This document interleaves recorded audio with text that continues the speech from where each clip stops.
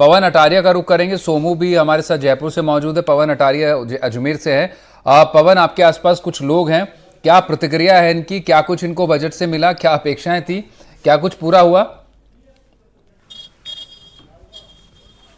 जी बिल्कुल, यहाँ पर देखिए हमारे अजमेर में यहाँ पर कुछ लोग जुड़े हुए हैं। बजट यहाँ पर पेश हो चुका है।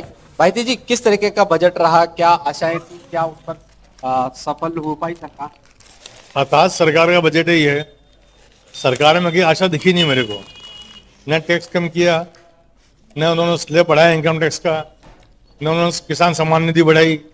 किसी भी वर्ग में उन्होंने काम नहीं किया। न कोई रोजगार की बात करी, न किसान की बात करी, न गरीब की बात करी। केवल करेंगे करेंगे करेंगे करेंगे का बजट ही है। कुल मिलाकर के इस सरकार ने केवल रस्म अदायगी की है।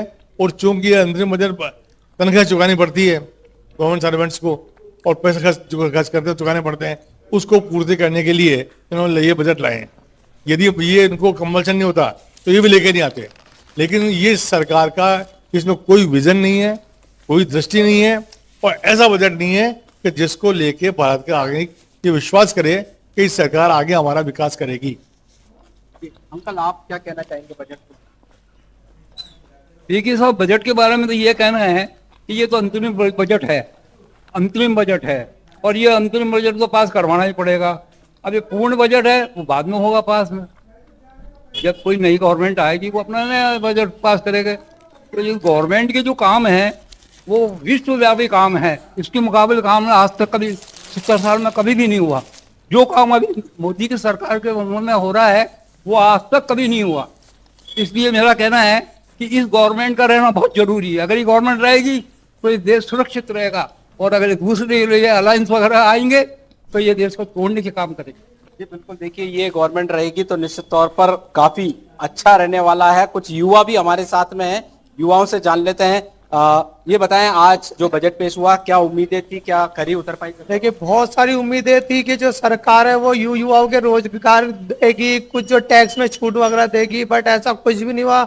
ये सिर्फ जनता को गुमराह करने वाला बजट है, क्योंकि आने वाले समय में 2 महीने बाद लोकसभा के चुनाव है। लेकिन जिस तरीके से जनता उम्मीदें लगा के बैठी थी, वैसा इस बजट में कुछ खास है नहीं। ना युवाओं के लिए है, ना मध्यम वर्ग के लिए है।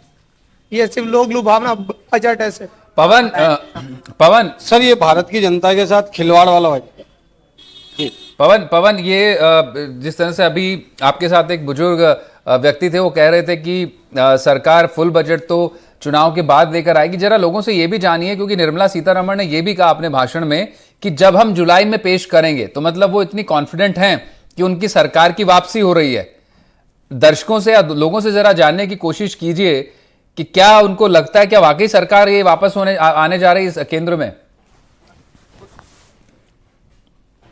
जी, अभी देखिए सीतारमण जी ने जब बजट पेश किया तो उन्होंने कहा जुलाई में हम वापस बजट पेश करेंगे। तो वो कॉन्फिडेंट है कि सरकार वापस आ रही है। बिल्कुल आएगी, आएगी, और पूर्ण बहुमत से आएगी, इसमें कोई दो राय नहीं है।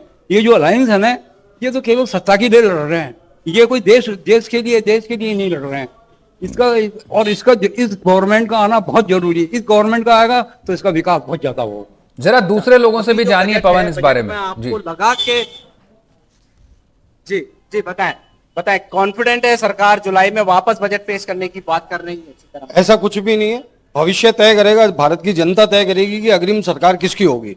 लेकिन जो ये बजट है, ये सिर्फ भारत की जनता के साथ एक खिलवाड़ है, उनके साथ एक धोखा है। जैसा कि अभी आपने इस बजट में देखा होगा कि इतना कॉन्फिडेंट ये हो रहे हैं कि हम अगला बजट देंगे। जिस हिसाब से इन्होंने अभी युवाओं के साथ जो खिलवाड़ किया है, तो मुझे नहीं लगता है कि अगला मौका इनको युवा देगा। जी हाँ, हमारे साथ कुछ और युवा भी हैं जिनकी बात अधूरी रह गई थी। बताएं आप क्या? देखिए, जिस तरीके से देश में हालात है, बेरोजगारी बढ़ रही है, युवाओं को रोजगार की आवश्यकता है, और जिस हिसाब से सरकार कॉन्फिडेंस में, तो बेसिकली बात है, सरकार ही जानते हैं कि राम मंदिर है, अभी भी जनता को याद है, और हम उसी राम मंदिर के दम पे वापस से चुनाव जीतने वाले हैं। और कहीं ना कहीं सरकार की जो हेरफेर जो ईवीएम के अंदर होती है, इससे भी सरकार समझ रही है कि हम वापस से बजट पेश करेंगे। मतलब स्थिति साफ है कि वापस से घूम फिर के 2024 में ये जो भाजपा की सरकार है वो बनने वाली है। लेकिन जिस तरीके से युवाओं को जरूरत है रोजगार की, बेरोजगारी बढ़ रही है, युवाओं को रोजगार नहीं मिल रहा है, बेहतर शिक्षा है, इन सब चीजों पे, हेल्थ के ऊपर अगर ये बजट होता, युवाओं को इसमें मौका दिया जाता, जो मूलभूत सुविधाएं, महंगाई की बात हो गई, अगर इन सब चीजों पे गैस सिलेंडर की रेट हो गई, बहुत सारी ऐसी चीजें हैं जिनमें ये बजट सिर्फ एक नाम मात्र का बजट है।